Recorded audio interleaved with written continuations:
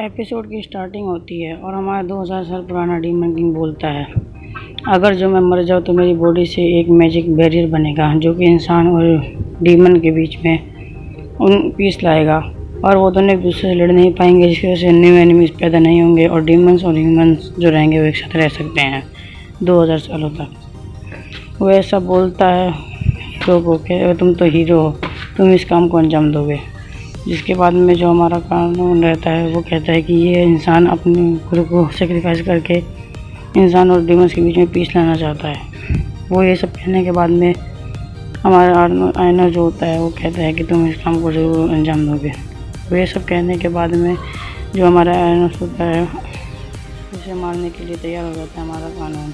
और वो फिर उसके बाद में जो हमारा आयनोस होता है वो एक मैजिक से एक क्रिस्टल बनाता है और फिर हमारा कानून जो रहता है वो उस क्रिस्टल को डिस्ट्रॉय कर देता है और एनोस के बीच में से तलवार निकाल देता है। जिसके बाद में जो एनोस होता है वो मर जाता है और वो मरते मरते उसको बोल के जाता है कानून को, और कानून भी उसे वादा करता है कि जो हम दोनों फिर से वापस से जन्म लेंगे तो फिर हम दोनों एक दूसरे के दोस्त रहेंगे। जिसके बाद में हम लोग देखते हैं इंसान और ह्यूमंस के बीच में जितने भी डीमंस होते हैं वो सभी अलग हो जाते हैं। ह्यूमन और डीमन के बीच में एक बहुत ही ज़्यादा तगड़ी लेयर आ जाती है। और फिर हम लोग देखते हैं 2000 साल के बाद में हम लोग एनोस के पेरेंट्स को देखते हैं जो कि कहते हैं कि बड़ा प्यारा बच्चा है। वो उसका नाम डिसाइड कर रहे होते हैं कि एनोस बोल देता है कि मेरा नाम एनोस है। इसके बाद में उसके पेरेंट्स बोलते हैं अरे बाप रे कैसा बच्चा है भाई, अपना नाम खुद ही बता रहा है। और फिर हम लोगों को डीमन किंग एकेडमी का सीन दिखाया जाता है जहाँ पर एनोस आता है। तो फिर उसे हमेशा से एक बहुत ज़्यादा तगड़ी बात पता चलती है कि वो लोग 2000 साल पुराने से किसी और को डीमन किंग मान रहे हैं और उन्हें तो ये भी नहीं पता कि एनोस नाम का भी डीमन किंग दुनिया में एग्जिस्ट करता था क्या। और फिर हम लोग एक लड़की को देखते हैं जिसका नाम साशा होता है जो कि एनोस के उस वाइट बैच को वर्दी को देख के जा रही होती है। और फिर हम लोग देखते हैं वहाँ पर क्लास टीचर आती है और वो कहती है कि तुम सभी को 3 ग्रुप में डिवाइड किया जाएगा, जो बच्चा इस मैजिक बैरियर को बना के दिखाएगा। ये सब सुनने के बाद में हमारा जो आर्नोस रहता है वो कहता है इसको तो हम बनाएंगे बेटे, लेकिन हमारी मैम कहती है ना बच्चा ना, तुम इसको नहीं बना सकते हो क्योंकि तुम्हारा खून मिलावटी है। वो ऐसा हमारे एनोस को बोलती है। हमारा एनोस जो रहता है वो बिल्कुल भी बुरा नहीं मानता और उनको चैलेंज कर देता है कि मैं इसको बना कर दिखाऊँगा।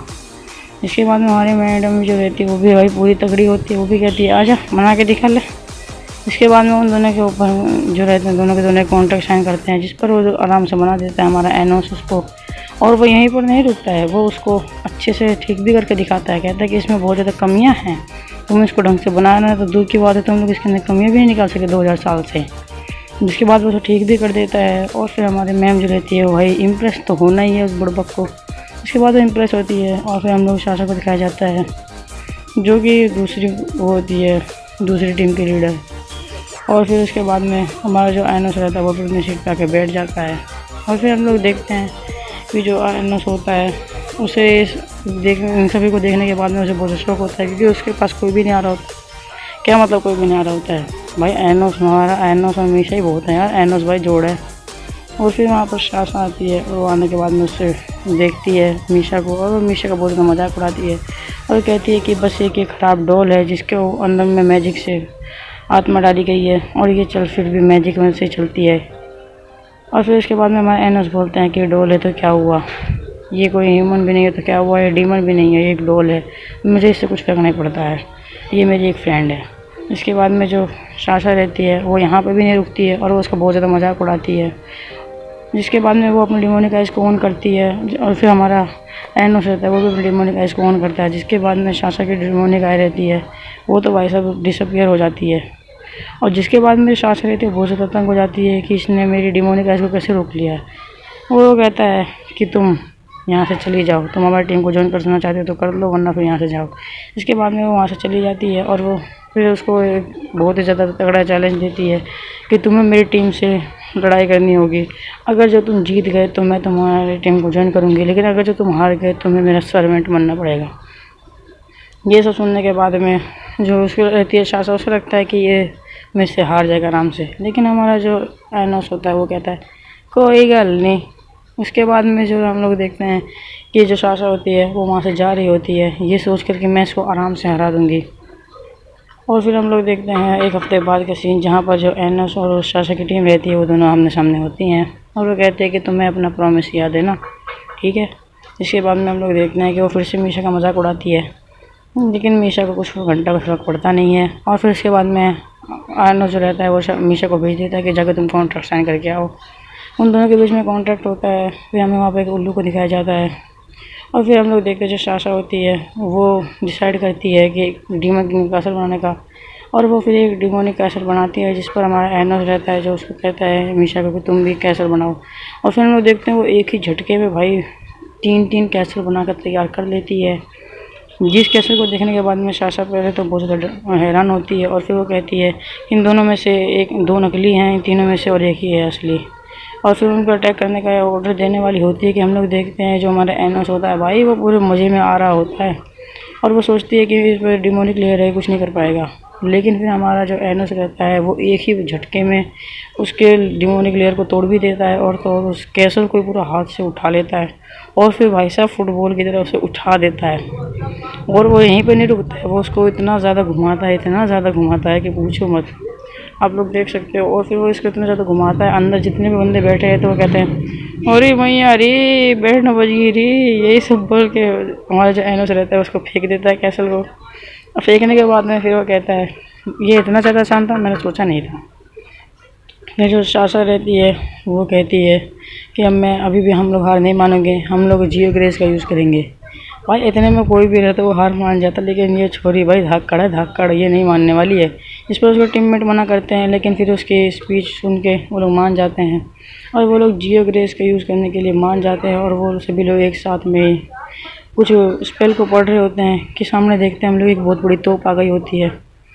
और फिर जो साशा रहती है वो अपना डिमोनिक आइज़ का भी यूज़ करती है, आइज़ ऑफ डिस्ट्रक्शन का, और वो एकदम से उस स्पेल को एक्टिवेट कर देती है। स्पेल के एक्टिवेट होने के बाद में हम लोग को बहुत ज़्यादा एक पावरफुल गोला दिखाया जाता है जो कि एनोस की तरफ में बहुत स्पीड से बढ़ रहा होता है। हमारा एनोस बोलता है बहुत अच्छा, लेकिन फिर हमारा एनोस सिर्फ एक उंगली से ही जो अटैक करता है, जिसके बाद में साशा तो पहले बोलती है कि ये कोई पागल है क्या, लेकिन फिर हम लोग देखते हैं कि उसका अटैक को कैंसिल कर दिया होता है और तो और वही एक उंगली का अटैक उनके सभी लेयर को तोड़ के उनके पास में आता है, तो वहाँ पे एक बहुत बड़ा डिस्ट्रक्शन भी कर देता है, जिससे साशा रहती है वो हार तो जाती है, लेकिन वो अपनी हार को मानने के लिए अभी भी रेडी नहीं थी। वो कहती है कि जियो ग्रेस को इसने इतना आसानी से कैसे हरा दिया।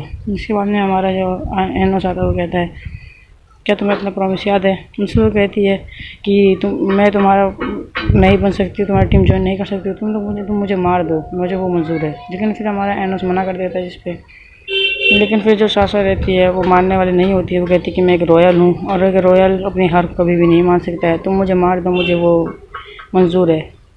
लेकिन फिर हम लोग वहीं पे देखते हैं मीशा आती है और वो आने के बाद में अपनी बड़ी बहन को देखती है और फिर वो उससे कहती है क्या तुम ठीक हो।